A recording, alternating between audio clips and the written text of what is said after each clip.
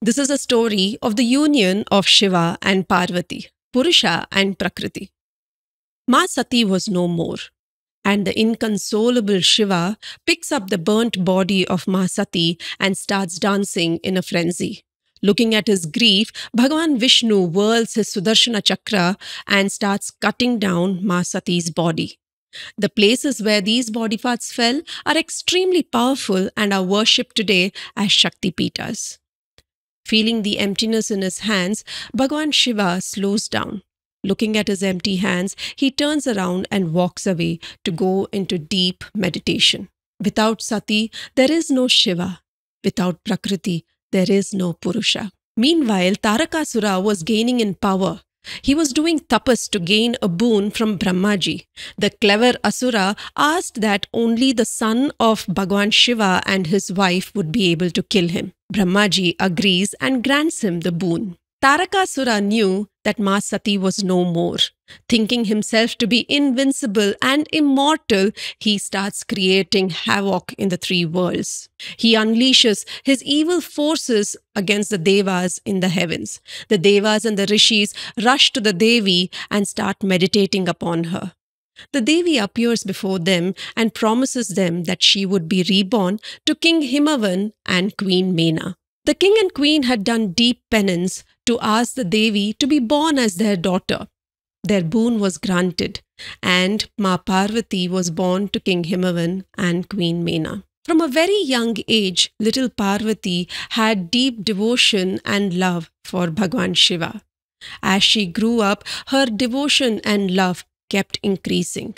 Meanwhile, Bhagavan Shiva had started his penance in the Himalayan mountains.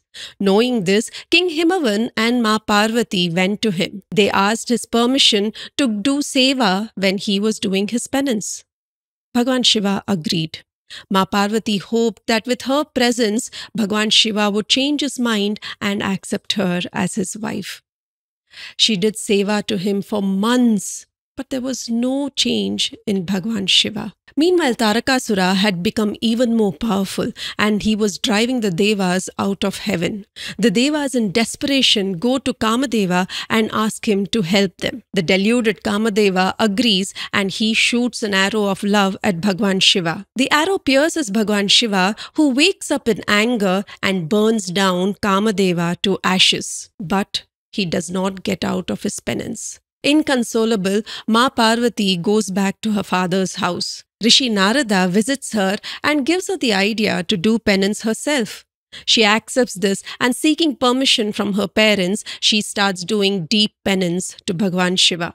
After 3,000 years of doing this penance, Bhagavan Shiva is pulled to Ma Parvati. To test her love and devotion, he visits her in the form of a Jatila, a Brahmin with matted hair. He looks at Ma Parvati and inquires after her.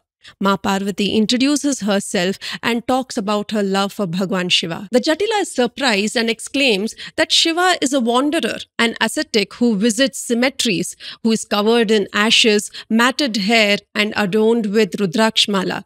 He's got snakes on his neck and he wears tiger skin. And here you are, a princess of the Himalayan kingdom, who is born and brought up in luxury, who has riches at her disposal. How can you live with Bhagavan Shiva who has no home? Hearing his negative talk against Bhagavan Shiva, Ma Parvati gets very upset. Inconsolable in her anger, she asks the Brahmin to leave. Looking at her anger and knowing her intolerance towards any negative talk against Bhagavan Shiva, the Jatila takes on his true form, Bhagavan Shiva. Looking at the form of Bhagavan Shiva in front of her, Ma Parvati is ecstatic and she asks him to take permission from her father, King Himavan, for her hand in marriage. Bhagavan Shiva sends the Saptarishis to King Himavan asking for Ma Parvati's hand in marriage. King Himavan agrees and Bhagavan Shiva reaches the Himalayan kingdom with his army of Ganas. The king and queen cordially invite Bhagavan Shiva and the Devas and the Rishis rejoice as Bhagavan Shiva and Ma Parvati get married.